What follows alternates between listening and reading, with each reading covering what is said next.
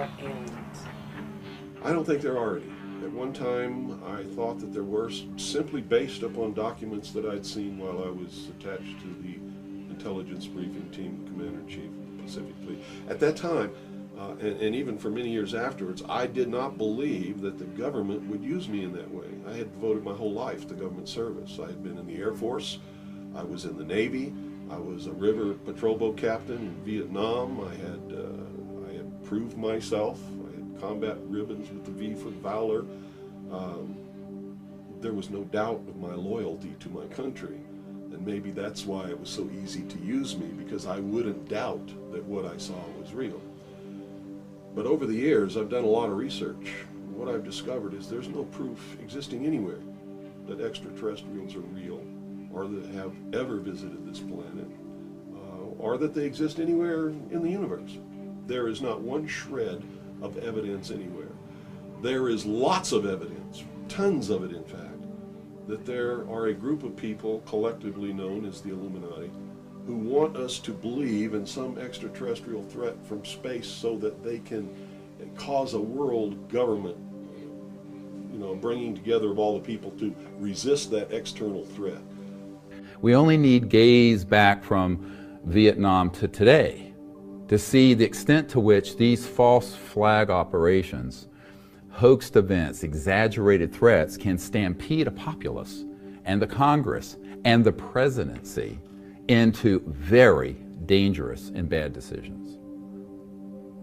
Now, the mother lode, the sort of the crown jewel of that kind of event is what has been planned assiduously since the 1950s, and that is a threat from outer space that is alien, that would unite the world around a military junta, a militarism, that would put all of humanity together, but against one or more extraterrestrial races.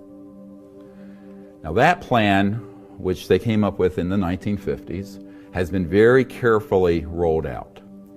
I mean, this is, if you were to rank this on a scale of 1 to 10 of sensitive, compartmented intelligence, information, this is as high as it goes, 10. Now, I've had it confirmed, and it's going to be in our movie Unacknowledged. One of the people that's going to be in this movie is an Air Force Office of Special Investigations counterintelligence officer who confirms the false flag. Name, rank, serial number. Confirms the military's involvement in staging the abductions of humans, making it look alien. Confirms that he carried bags of cash to people in the mainstream media to influence stories and coverage of this issue. They have been wanting a certain acculturation around UFOs and ETs for the purpose of having the public think that it could be true, but they don't really know what it is.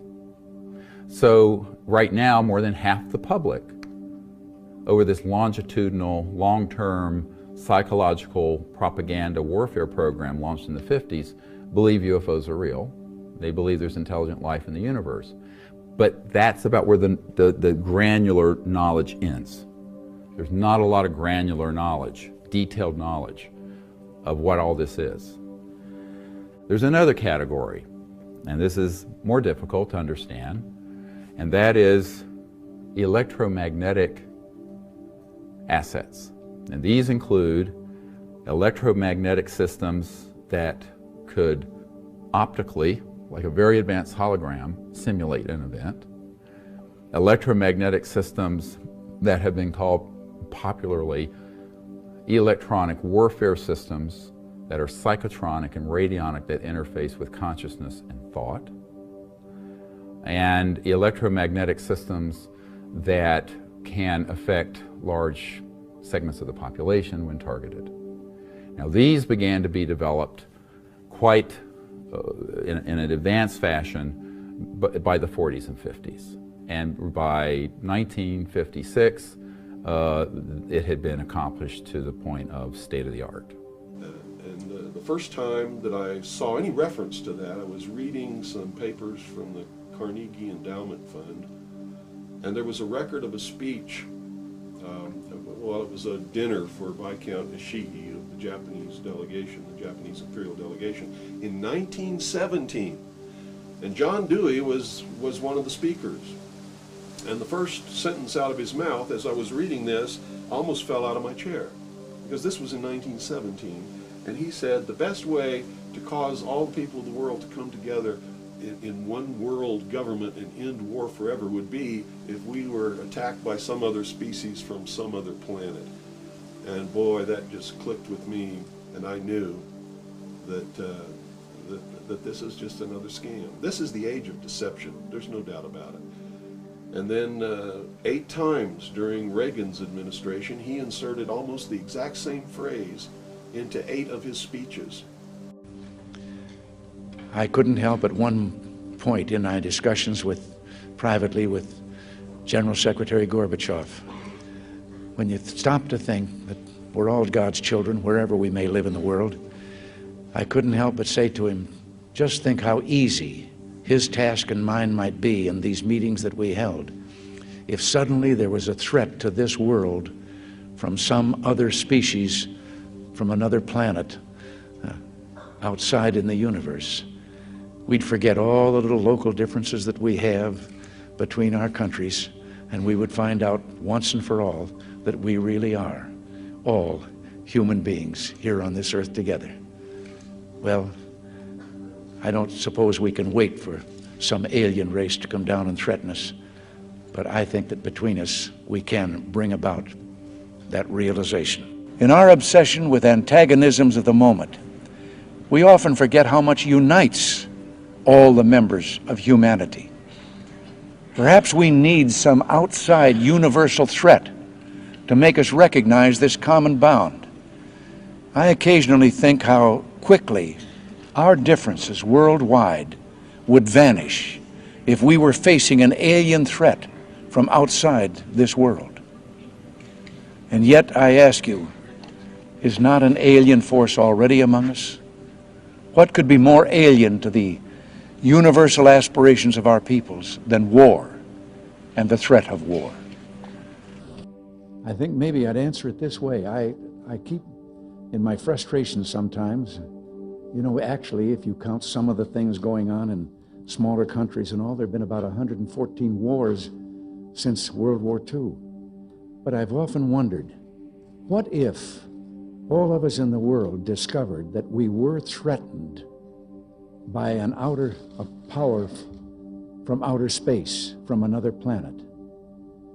Wouldn't we all of a sudden find that we didn't have any differences between us at all? We were all human beings, citizens of the world, and wouldn't we come together to fight that particular threat? And it's a scam. That's what I can tell you. What they call UFOs, these craft that fly around the sky, are real. But they're not piloted by some little green guy from some other planet. They're owned and operated by the United States of America for one, the Soviet Union for another, probably Great Britain, Canada. I think the first really operable ones were probably manufactured in Western Canada, in the wilderness, in a place especially built to create those machines, like we created the Manhattan Project, and the same kind of secrecy surrounded it. So the technology is real. It's been kept secret, and it's been used to promote this concept that there's an alien threat to this earth.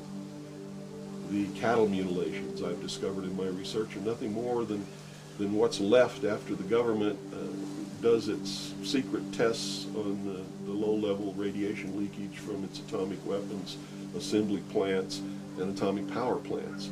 It's a low-level radiation monitoring project. And if you look at what's missing in the cattle, you'll see that it's just as clear as day. They take the lips, they take the tongue, they take a 6-inch patch of skin, they core out the rectum, the colon area, where those kinds of things would collect. They pass through the digestive system. On female cows, they take the udder to check for low-level radiation in the milk. Is it being passed to the calves? And these are all grazing animals. that graze on the grass where the radiation falls when it falls from the air. It's not quite up there with the 1947 Roswell incident, but the cow mutilations of the 70s remain one of New Mexico's biggest mysteries. Now there's a new book about it, and the author says he knows exactly what happened to all those cows. News 13's Amanda Goodman has the story. Amanda? Jess, the book was written by the son of the lead New Mexico State Police investigator. A warning, some of the images are graphic. A lot of the cattle were found with broken bones. They were found with harness marks because they were being lifted in some type of harness or clamp marks on their hooves or legs. That was life for ranchers in northern New Mexico in the mid to late 1970s. Cows were turning up dead, their carcasses mutilated, and no one knew why. People need to know what really happened, and hopefully this book will set the record straight. Greg Valdez is the author of Dulce Base, a new book about the cow mutilations. His dad, Gabe Valdez, was the lead investigator on the case for state police back in the 70s. The book is made up of his old case files. The evidence in the book will show that humans were involved in the mutilations. Officer Valdez's theory that government agencies were snatching the cattle for super secret Cold War experiments at an underground base in Dulce. Ranchers would routinely see them at night, before they went to bed, and then the next morning they would find them dead in the field or the pasture. Officer Valdez believed these government agencies returned the cattle to perpetuate the theory that aliens were responsible, to shield themselves from suspicion. The more people look in the wrong direction towards aliens and stuff that's not supported by evidence, no one will ever be held accountable, and it'll just be a mystery. It's a move Valdez's son says has worked for the last 4 decades, and something he hopes the book will put an end to. Someone should be held accountable. Some of the other theories about what happened to the cattle included alien abductions, that the cows simply died of natural causes, and predators were responsible for the mutilation. Valdez says all evidence suggests humans were the ones responsible. Jess? Okay, Amanda, Gabe Valdez died 2 years ago. His son says he doesn't think the government will ever own up to what really happened. And it's just an incredible deception. And I'm just amazed that people have fallen for it in the manner that they have in the absence of any proof whatsoever. I mean, they cite hearsay as proof. Well, what about all of the alien abductions? They're not abductions, they're the results of a tremendously successful and very sophisticated mind control operation, all of which has been in development. Well, they started working on those kinds of things since before World War II, but they have perfected them. On my website, I have a patent of a machine that can read your brain waves, can recombine them in a computer and send them back to you and make you think things happened that never happened. I mean, you can't get a patent for something like that unless it really works. You have to prove it to the patent office. It works. A patent was issued. And this is just one of the things that snuck by them that hasn't, because when people invent things like this, they're sucked up by the government immediately, and then they're put behind the veil of national security and classified, and then nobody knows about them. But every once in a while, something sneaks by them. And when you do these searches in the patent office, and the trademark office, and in the copyright office, you come up with some real gems once in a while, and that was one. Hundreds of people in the valley say they are hearing voices in their heads. And those voices are being transmitted by microwave or other methods. Well, several viewers asked us to investigate what they call electronic harassment. KMIR 6's Angela Monroe joins us now with what she's discovered. Angela. Electronic harassment, synthetic telepathy, voice-to-skull technology. Chances are you haven't heard of these terms, but after searching the internet, I found dozens of websites dedicated to the phenomenon and several Valley residents who say they're victims.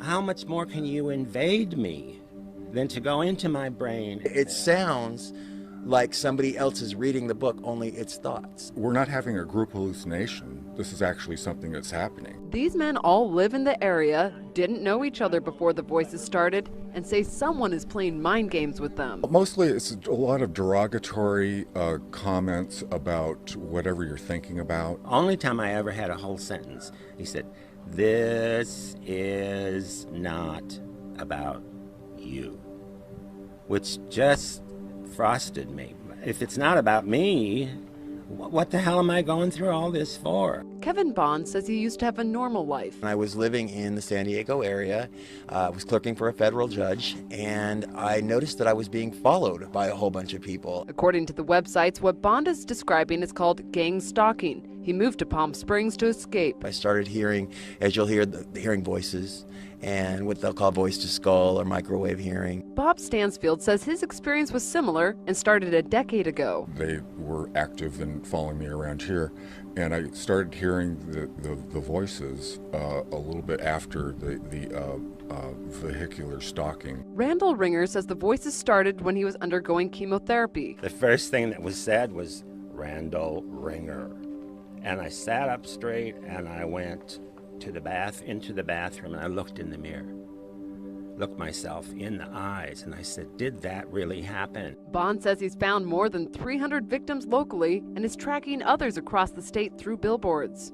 In Johnson Valley, a Freedom House just opened to help people who believe they are being targeted. To many of you who find yourselves the object of covert harassment, that there is hope and that you are not alone, and that we are striving to find legislation and we're working towards freedom for all. Derek Robinson leads a national group called Freedom from Covert Harassment and Surveillance. He says he knows who's playing mind games. Rogue government officials that are sponsoring this, also corrupt business officials, and private citizens. And he also told us how. Most of it is delivered by microwave, and I believe it's satellite delivered, whether someone is on a remote location using a laptop or next door using the desktop. Bond says neurotransmitter chips that run off body electricity have been inserted into some people. And they assign cell phone numbers to them.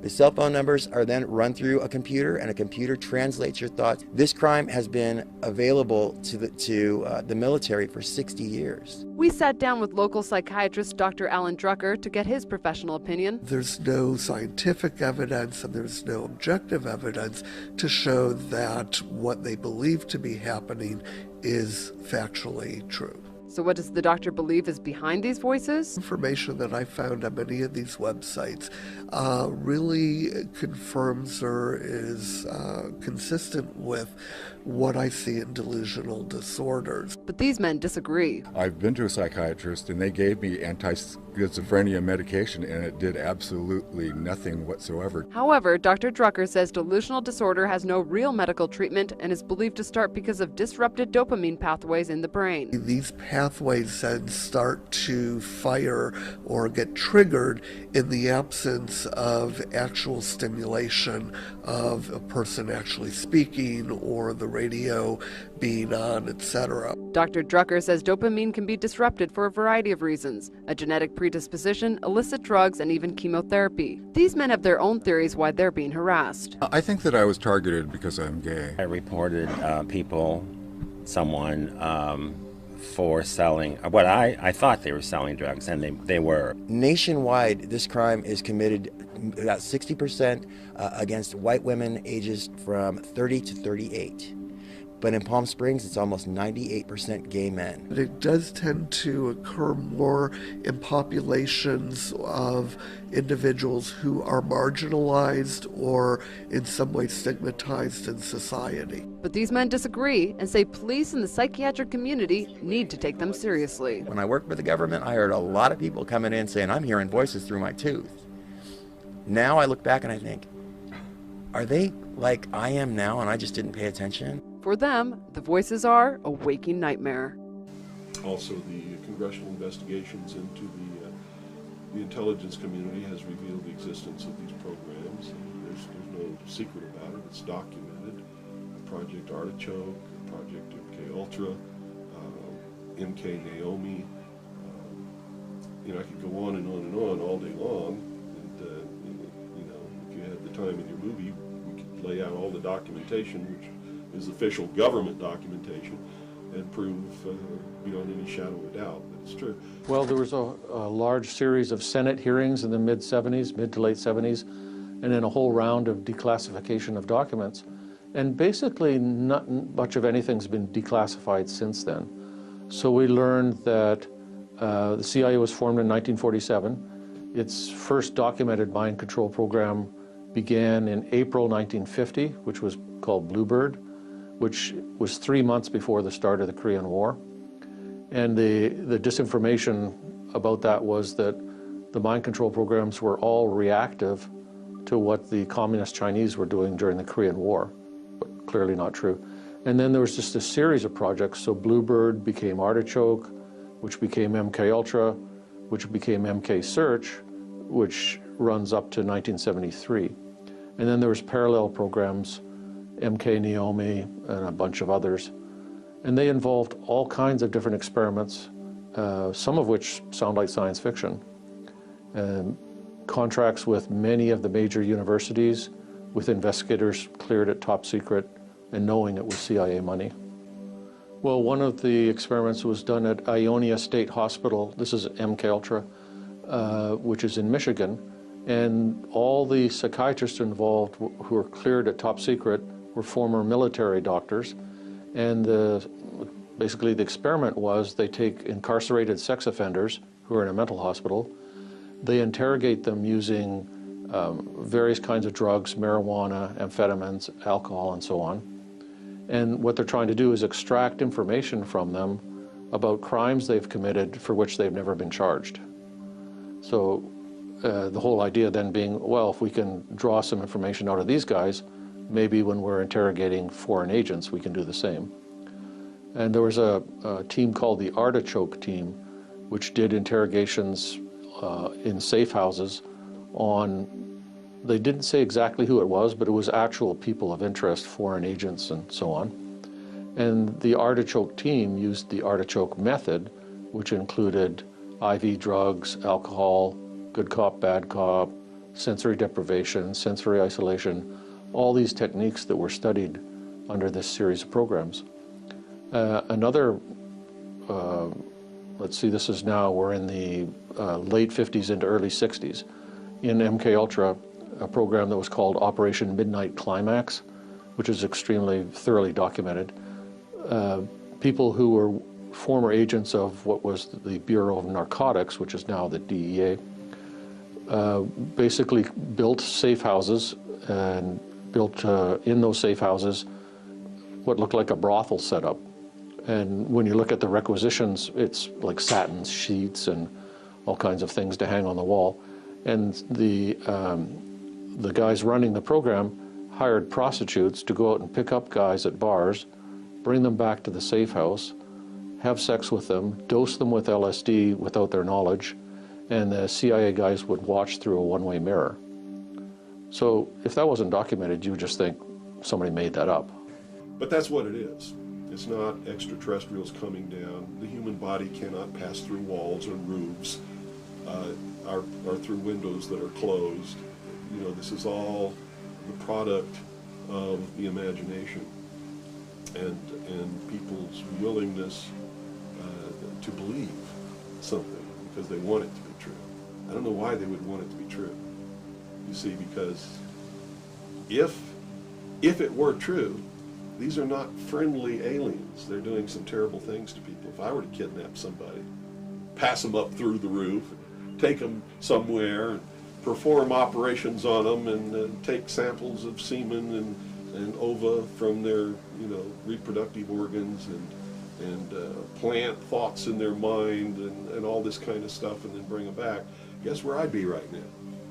In prison. It's kidnapping. It's criminal. It's a terrible thing. So there's a morbid sense about all this too, as if people want to be hurt for some reason. I don't understand that. That certainly is something